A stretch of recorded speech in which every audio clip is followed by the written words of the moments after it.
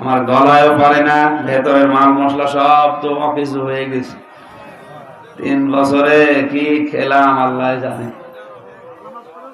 আর এগুলো তো জেলা কারাগারের মতো না, ওটা হচ্ছে হাই সিকিউরিটি কারাগার, কিচ্ছু ঢুকতে দেয় না বাইরে থেকে। এক ঘরের ভেতরে 24 ঘন্টা এই ফাঁসির সেলের ভেতরে তালাবদ্ধ থাক। আমার মনে হয় পাখি যারা থাকে কি কষ্টে যে থাকে আমি নিজে টের পেয়েছি। এভাবে যদি কেউ 10 বছর থাকে আর যোগাযোগ যদি বাইরের বিচ্ছিন্ন হয়ে যায়, ও অটোমেটিক পাগল হয়ে যাবে। অথচ কোরআনের পাখি এভাবে 13টা বছর কাটিয়ে দেয়। ইসলামী আন্দোলন যারা করে, কত মানুষ এভাবে, কেউ 22 বছর, কেউ 25 বছর।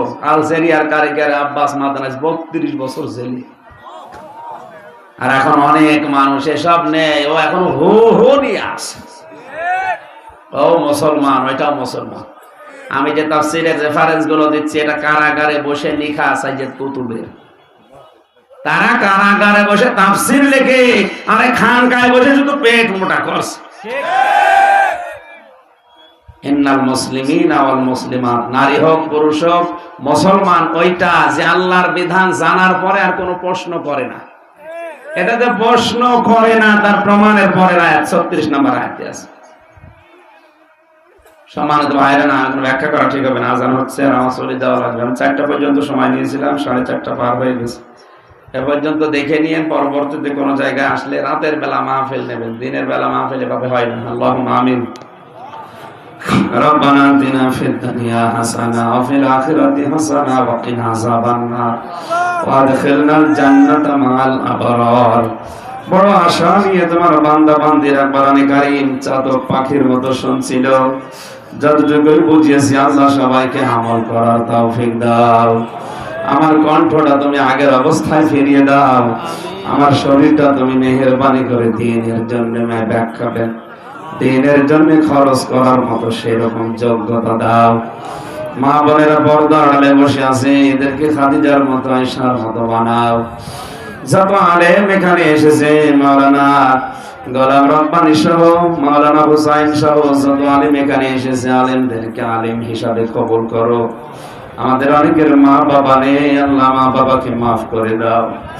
মাহফিলটা করার জন্য তোমার যে যুবক বান্দারা এত কষ্ট করেছে, হযরত ওমরের মতো এদেরকে হেদায়েত নসিব করে দাও। এই বগুড়ার মাটি তুমি ইসলামের মার্কাজ বানিয়ে দাও। আল্লাহ চর্ম চোখে শুধু এইটাই দেখতে চাই, কোরআন দিয়ে দেশটা চলবে কেমন দেখা যায়। তুমি আমাদের জীবনে ভয়ঙ্কর কঠিন কোন পরীক্ষা নিও না আল্লাহ, আমরা অত বড় ঈমানের অধিকারী না। হযরত ইব্রাহিম আমাদের জাতির পিতা, বড় বড় পরীক্ষা তুমি তাকে 50টার উপরে নিয়েছিলে, সবচাইতে বড় পরীক্ষা 10টা। এই 10টা পরীক্ষায় তিনি একেবারে ফার্স্ট ক্লাস ফার্স্ট হয়েছে। আমরা তার সন্তান হিসাবে আমাদের জীবনে যদি ছোট ছোট পরীক্ষা আসে, আমরা যেন ইব্রাহিম নবী আমাদের বাবার মতো পাশ করতে পারি। আগামীতে মাহফিলটা কোরআনের জন্য আরো বিশাল আকারে তুমি কবুল করে নিও। এলাকায় মাটির নিচে যত মানুষ ঘুমিয়ে আছে, মেহেরবানি করে মাফ করে দাও। রব্বুল আলামিন মাওলানার বাড়িতে ছিলাম, তার বাড়ির উপরে রহমত নাযিল করো। আসমান জমিনের বালা মুসিবত থেকে তুমি বাঁচাও। ষড়যন্ত্রকারীর ষড়যন্ত্র থেকে, হিংসুকের হিংসা থেকে, জালেমের জুলুম থেকে তুমি তাকে রক্ষা করো। আল্লাহুম্মা লা তারুদ্দানা খায়বিন, আল্লাহুম্মা লা তারুদ্দানা খায়বিন, আল্লাহুম্মা লা তারুদ্দানা খায়বিন। তাই একেবারে খালি হাতে ফেরত দিও। মাথা নিচু করেন, চোখ বন্ধ করুন। আল্লাহ তোমার শান মনের কসম, একেবারে খালি হাতে ফেরত দিও।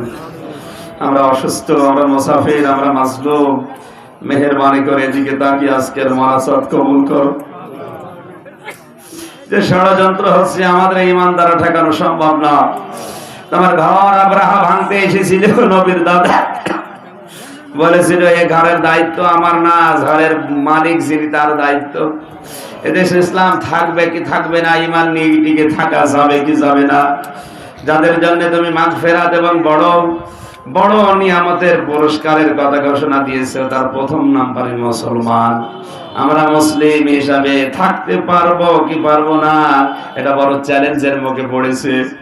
তোমার কাছে দায়িত্ব দিলাম আল্লাহ, তোমার নবী ইব্রাহিমের সন্তানদের তুমি বাঁচাও। যখন এই মরণ আসবে যেন পড়তে পারি লা ইলাহা ইল্লাল্লাহু মুহাম্মাদুর রাসূলুল্লাহ। সালাম 15